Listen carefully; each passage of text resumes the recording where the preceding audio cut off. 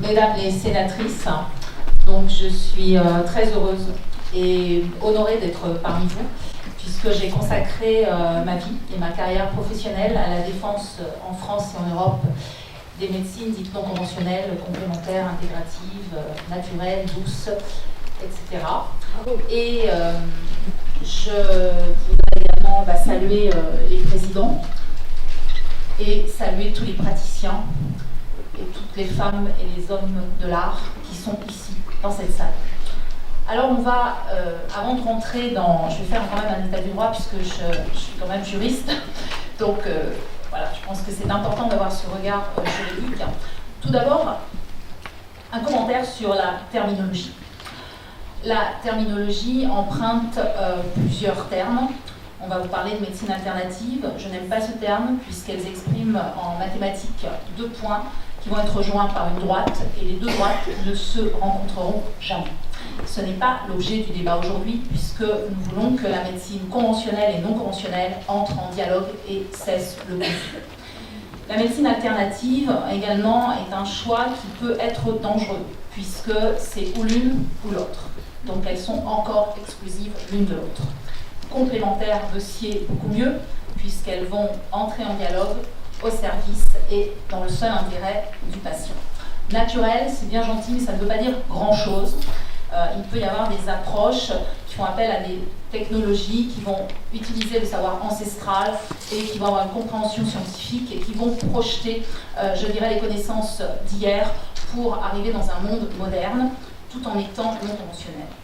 Les médecines différentes, c'est le fameux terme qu'avait utilisé notre ministre Georgina Dufoy dans son rapport Médecine différente, un défi, qui était à l'époque assez scandaleux, puisque le sujet était aussi vif qu'aujourd'hui dans l'expression des contestations. Les médecines douces, pour moi, ne sont pas toujours douces lorsqu'elles sont conventionnelles. C'est un adjectif qui ne signifie pas grand-chose. Intégrative, j'aime bien ce terme, mais attention, je ne veux pas qu'elle soit absorbée. C'est-à-dire que je ne veux pas qu'au nom de cette intégration, ceux qui ont apporté leurs connaissances soient supprimés dans le processus futur de légalisation. Une petite anecdote à ce titre, je salue, paix à son âme, le doyen Cornillo, qui avait donc créé en 1982 le diplôme universitaire de médecine naturelle. Et à l'époque, donc, je venais à l'époque pour la première fois assister à une réunion. Et là, je l'entends, la manifestation était terminée, et je l'entends dire à des médecins ostéopathes: de toute façon, les non-médecins ostéopathes ne seront jamais légalisés. Et alors là, je suis toujours un sacré pistolet, mais à l'époque, j'ai fait encore pire. Et là, je vois le doyen Cornillo et je lui dis: mais vous manquez pas d'air. Je dis: vous faites venir les non-médecins pour enseigner l'ostéopathie aux médecins et vous êtes en train de nous dire tranquillement que pour vous, il n'est pas envisageable que les ostéopathes non-médecins soient un jour légalisés. Eh bien, je vous démontrerai que vous aurez tort. Et Guy Roulier ne me démentira pas ici, puisque nous avons mené un travail et un combat. On a formé un duo exceptionnel au service de la légalisation de l'ostéopathie. Donc, le seul terme aujourd'hui qui a une signification juridique, c'est le terme de non conventionnel. Pourquoi? Parce que dans le mot conventionnel, vous avez le mot convention. Convention en droit, c'est un contrat. Le contrat a été défini dans un arrêt de la Cour de cassation, un arrêt Mercier de 1936, qui dit qu'effectivement, quand un sachant, un praticien, rencontre un patient ou un consultant, eh bien, il conclut un contrat. Or, lorsque l'objet du contrat est illégal, donc en l'occurrence, lorsque l'on utilise des médecines, des approches complémentaires de santé qui ne sont pas juridiquement légalisé, on peut s'exposer à un certain nombre de sanctions. Donc je dirais que ce terme convient très bien, sauf qu'il est défini par la négative, certes, c'est le terme que nous avons choisi avec l'eurodéputé Paul Lannoy, avec qui j'ai travaillé énormément, et toutes les références de droit comparé utilisées dans cette norme sont issues directement de mes travaux, et nous avions à l'époque considéré que le terme non conventionnel était celui qui convenait le mieux, parce qu'il avait une acception juridique, et parce qu'il avait le mérite d'embrasser différentes approches au sein de l'Europe. Donc le terme de médecine non conventionnelle a d'ailleurs été consacré par le ministère de la Santé, puisque vous verrez sur leur site qu'ils utilisent ce terme-là. Donc ce terme a été inventé, créé par la résolution du Parlement européen du 29 mai 1997. Et alors, vous allez voir que Cette résolution est toujours d'actualité. Que dit dans son exposé des motifs cette résolution? De surcroît, les États membres devraient reconnaître que la médecine alternative peut être pratiquée par tout praticien correctement formé en médecine non conventionnelle, sous la condition que des normes similaires s'appliquent tant aux médecins qu'aux autres praticiens, en particulier les règles d'éthique. Cette résolution du Parlement européen va entraîner des conséquences en cascade au sein de l'Union européenne, et c'est ainsi que je vais être appelée, sur la demande du ministre Marcel Collat belge, à qui je rends hommage, à apporter mes compétences donc, au gouvernement belge. Et donc j'ai eu l'insigne honneur de présenter un rapport à la Chambre des représentants belges, c'est-à-dire l'équivalent de l'Assemblée nationale française, et d'être auditionnée. Et j'ai eu le grand bonheur de voir le vote basculer, puisque c'était très juste à l'époque, et la Belgique a donc voté cette loi cadre le 22 avril 1999 au service des médecines non conventionnelles. Suite à cela, ça a entraîné un autre phénomène en cascade en France. À l'époque, nous avions un ministre de la Santé, qui avait comme conseillère Madame Anne Dux, n'est-ce pas, Guillaume, tu ne me démentiras pas, que nous allions rencontrer régulièrement. Et un jour, Madame Dux me dit, maître, vous rêvez, les ostéopathes non médecins ne seront jamais légalisés. Et là, je pointe le bras, vous savez, je ne suis pas pressée, j'ai pris mon temps, et le temps vous démontrera que nous ferons légaliser les ostéopathes non médecins. Et c'est ainsi que lorsque la Belgique va adopter cette loi cadre, le ministre Bernard Kouchner va prendre des mesures, va rédiger une lettre suite au conseil que Guy Roulier et moi-même avons donné de mandater le professeur Guy Nicolas à la tête d'une commission ad hoc. Professeur Guy Nicolas, à qui j'exprime ma profonde reconnaissance et mon profond respect. Malheureusement, il est décédé, autrement je pense qu'il aurait été parmi nous aujourd'hui. Et le professeur Guy Nicolas donc va arbitrer une commission ad hoc pour mettre d'accord les médecins, les non-médecins autour de l'ostéopathie dans une mandature qui sera donc effectuée par Bernard Kouchner sur la base justement de ce droit belge qui a entraîné le droit français, puisqu'il ne nous a pas échappé que Napoléon Bonaparte, il est passé en Belgique et il est passé en France. Donc c'est ainsi qu'on va avoir des amendements qui vont être portés dans la loi droit des malades et qualité du système de santé du 4 mars 2002. C'est véritablement le pilier du droit contemporain de la santé, car cette loi va porter plusieurs réformes. Elle va porter l'accès direct au dossier médical, c'est-à-dire que le patient n'est plus obligé de passer par son médecin traitant pour accéder à son dossier médical. En quel honneur on devrait passer par son médecin pour accéder à ses propres données. Il va y avoir également une réforme de l'ordre et il va y avoir également quelque chose de très important. Il va y avoir un bloc dans cette loi qui va s'appeler démocratie sanitaire, parce qu'on va considérer qu'un individu, avant d'être un malade et d'être un patient, est d'abord une personne. Et c'est ainsi que nous allons découvrir que dans le Code de la santé publique, à moult reprises, vous n'allez plus voir le mot patient, mais vous allez voir le mot personne. Parce que c'est la dignité d'une personne, c'est un individu qui est pris dans sa globalité et dans le respect du plus profond de ce qu'il est dans tous ses aspects. Donc cette loi droit des malades va porter un amendement qui va être l'article 75 et qui va légaliser deux nouveaux titres professionnels, les ostéopathes et chiropracteurs. Ce sont des professions, n'en déplaise à ceux qui disent le contraire. Je suis quand même reconnue comme expert dans mon domaine en France et en Europe. Ce sont des professions de la santé. Oui, avec le mot santé, ce ne sont pas des vendeurs de steak frites. Ces personnes travaillent dans le champ de la santé. Il y a 4 professions en France réglementées par un titre professionnel. Les psychologues en 1984, les ostéopathes et les chiropracteurs en 2002, et enfin les psychothérapeutes en 2010. Ce sont des professions de la santé parce qu'elles sont inscrites dans des lois, mais qui ne rentrent pas dans le bloc régi par le Code de la santé publique, qui lui abrite des professions de santé. Donc, ceci étant posé, sur le plan statistique, il est très clair que près d'un Français sur deux, en 2023, recourt à une médecine non conventionnelle, dont d'ailleurs à la naturopathie. Un sondage cluster pour Le Point analyse le rapport des Français avec les médecines dites douces.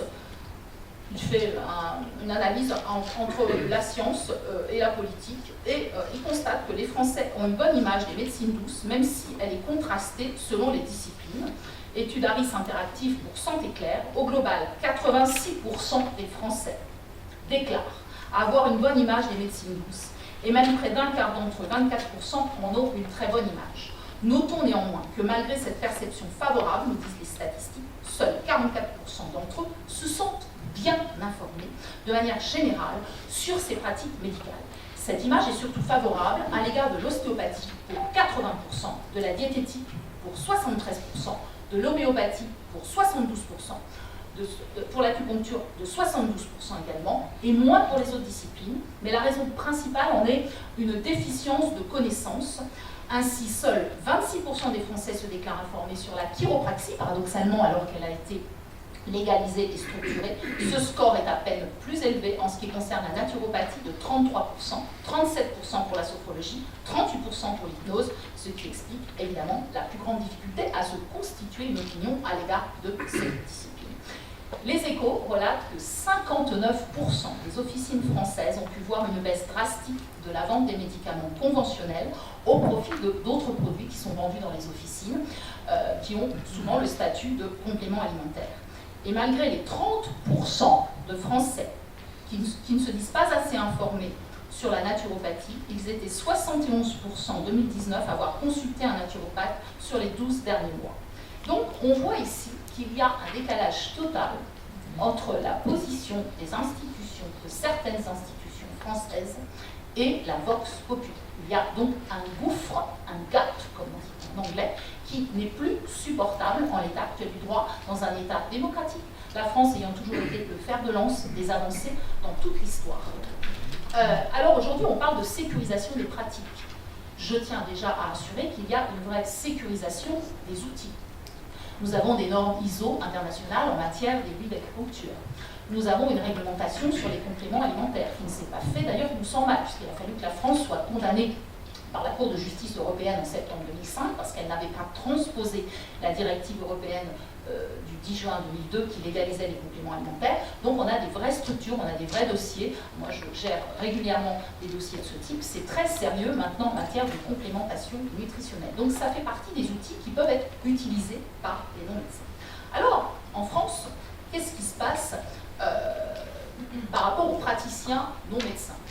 Alors je pourrais, mais je n'ai pas 3 heures non plus, je ne parlerai pas, si vous voulez, des médecins, qui, enfin si j'aborderai d'ailleurs à un moment donné, mais je ne peux pas développer toutes les corporations de santé, parce qu'elles ont chacune leurs problématiques. Mais en gros, pour les non-médecins, qui n'ont pas du tout de réglementation, qui ont un métier, mais de facto, ce sont des professions libérales non réglementées, et ce ne sont pas des commerçants, contrairement à ce que j'ai lu sous la plume de la Direction générale de la santé dans des contacts que j'ai au sujet d'une norme qui est en train de se terminer dans une discipline importante. Non, ce ne sont pas des commerçants, donc je l'ai bien démontré.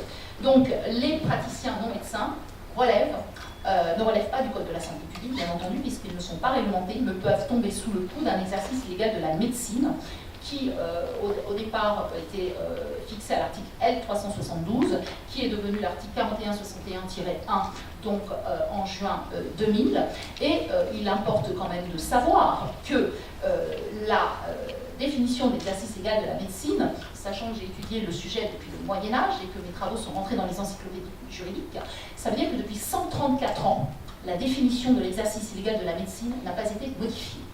Donc, il y a eu un bouleversement culturel et sociétal en France, et pour autant, c'est une chasse gardée. Apparemment, il est impossible de réformer cet article 4161-1.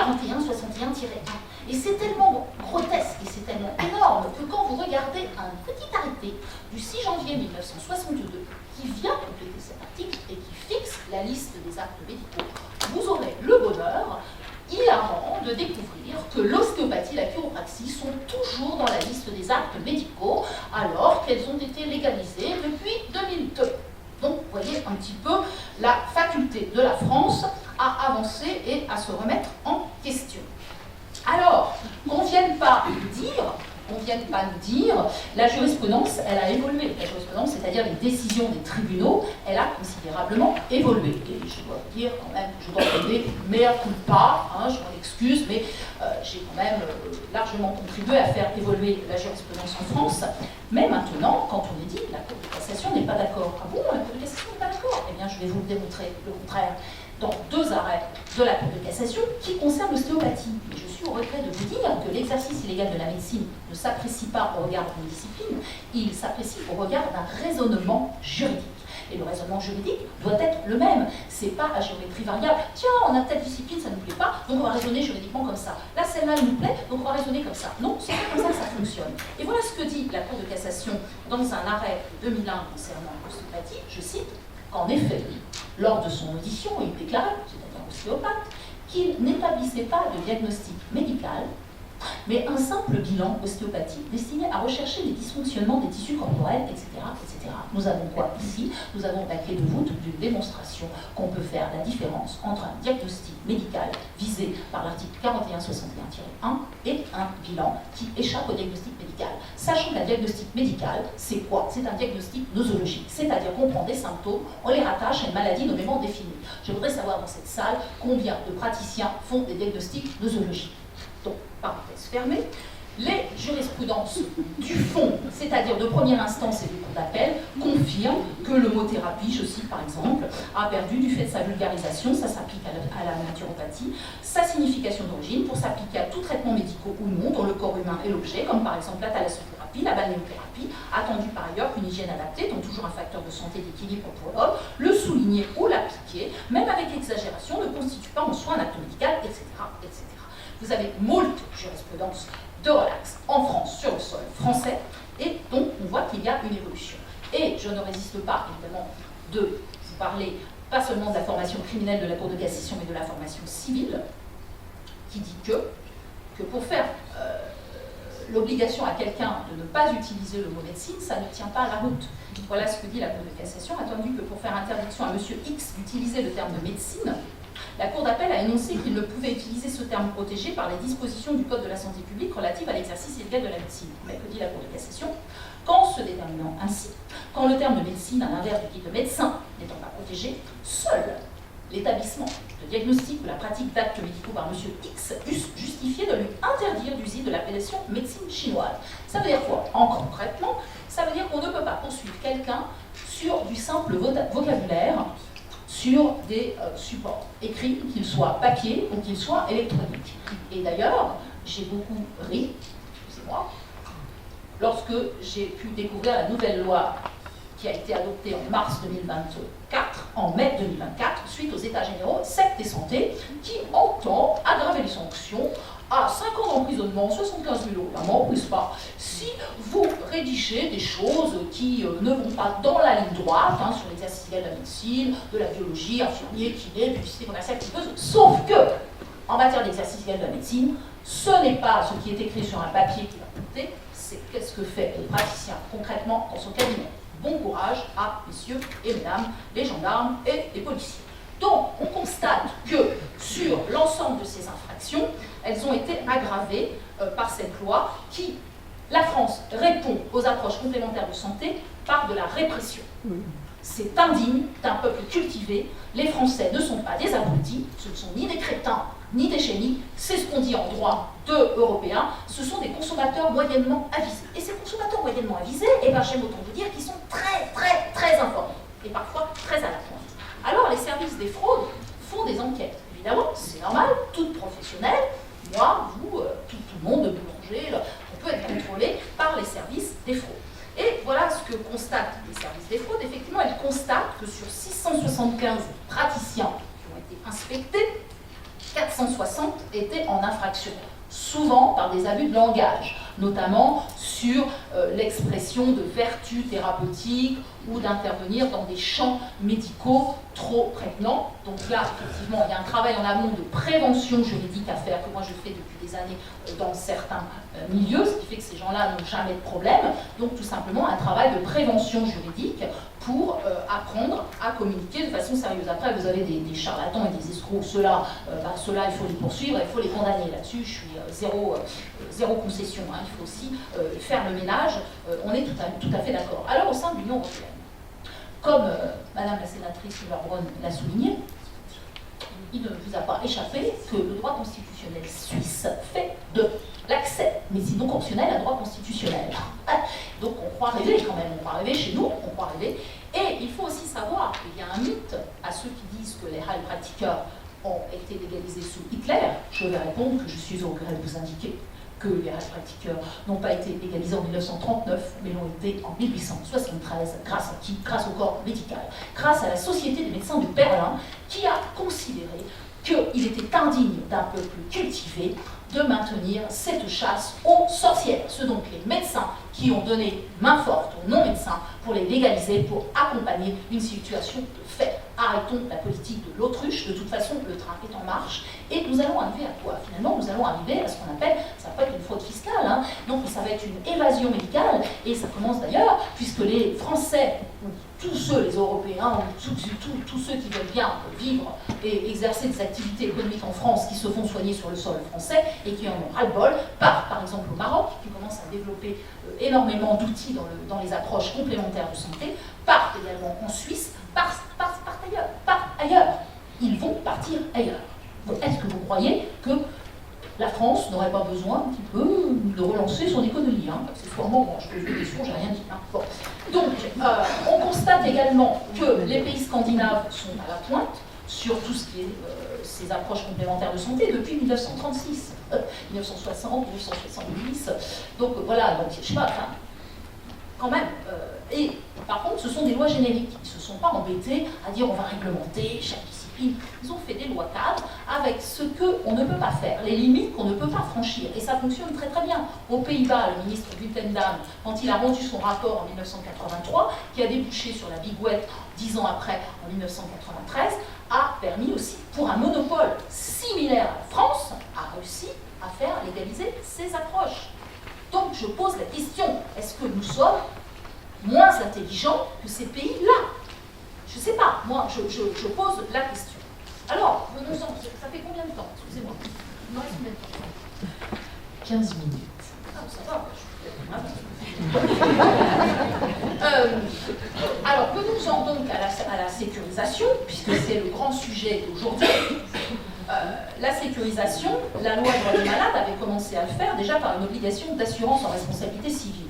Je me rappelle d'une histoire fabuleuse, à l'époque où j'étais dans le 10e arrondissement de Paris, à côté de la gare du Nord, je vois un médecin arriver à mon cabinet. Il avait un mort sur les bras, une personne qui était décédée du HIV. Elle me dit, voilà, j'ai un double procès, un procès disciplinaire et un procès au tribunal administratif de Grenoble. Alors, je lui pose la question, est-ce que vous êtes assuré? Non.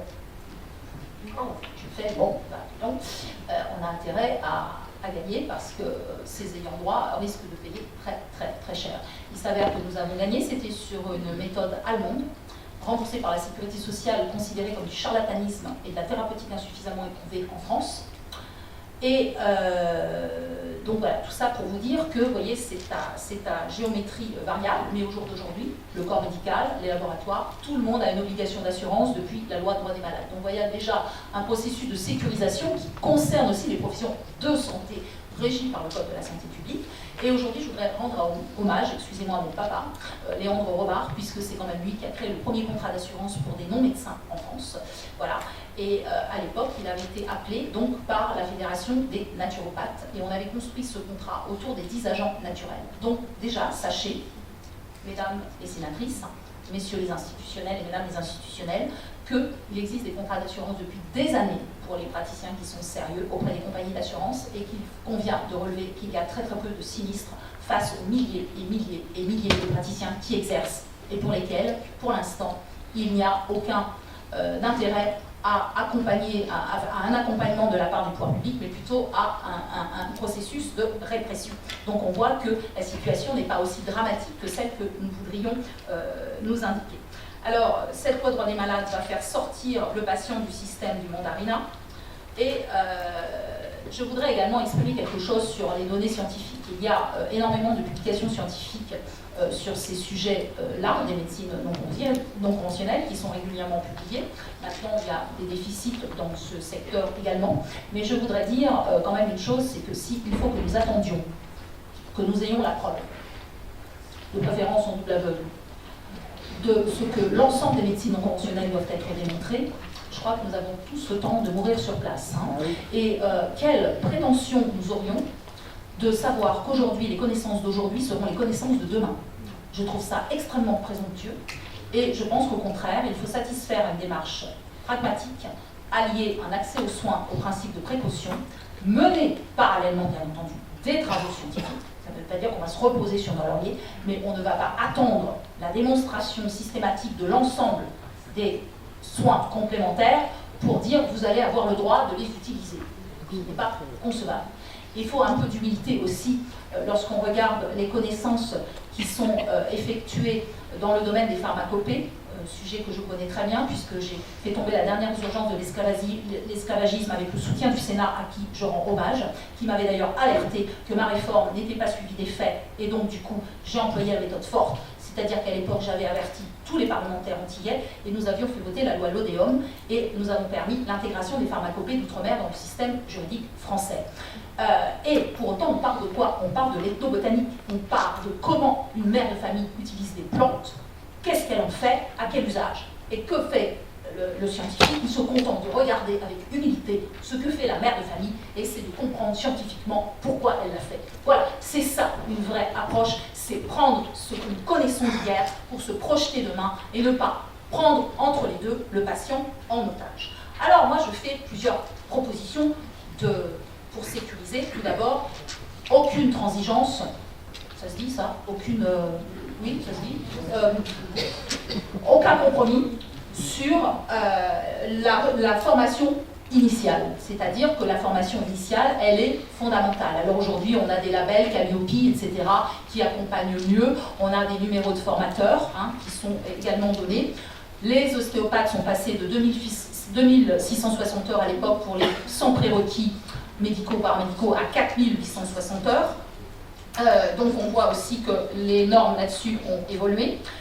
Il faut favoriser dans ces programmes de formation initiale et même continue la notion des drapeaux rouges avec l'arbre décisionnel, les diagnostics d'exclusion et les diagnostics différentiels. C'est un sujet totalement d'actualité puisque figurez-vous que le 4 septembre 2025, un nouveau décret a été pris pour les chiropracteurs qui est tout à fait d'actualité, qui vise à sécuriser la formation continue et qui désormais la rend obligatoire pour les chiropracteurs, puisqu'il n'y avait pas de loi qui avait été encore prise ou de décret qui a été pris à ce sujet. Et voici ce que impose le décret pour les chiropracteurs: raisonnement clinique, repérage des situations d'urgence et des signes d'alerte, drapeau rouge, orange, noir, et orientation vers le médecin, prévention des risques en cabinet, formation aux soins et gestes d'urgence niveau 1, prévention des infections, évaluation et amélioration continue des pratiques professionnelles en cohérence avec l'évolution des connaissances, des recommandations et de la réglementation. Voilà, nous sommes tout à fait à fond dans notre sujet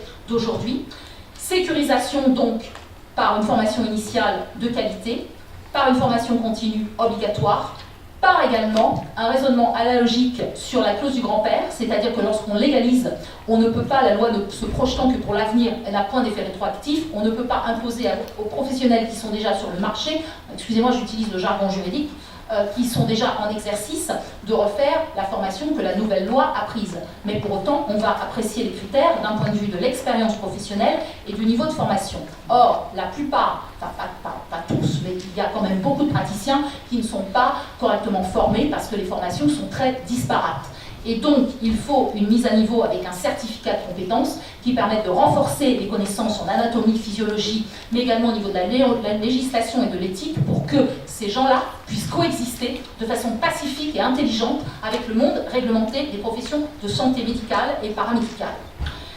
Rendre évidemment obligatoire une assurance en responsabilité civile professionnelle et mettre en place une charte déontologique. Je ne parle pas de code, parce que je ne veux pas de confusion avec le monde médical. On parle de code de déontologie pour des professions de santé réglementées, et on peut parler de charte déontologique pour ceux qui ne sont pas des professions de santé. Enfin, je voudrais vous faire part de mon expérience en matière de normalisation, puisque j'ai porté des normes très importantes au niveau de l'AFNOR, qui est une agence qui, vous le savez, a reçu délégation de service public pour émettre des normes. Et je pense que la normalisation, les normes AFNOR, sont également un très bel instrument de sécurisation.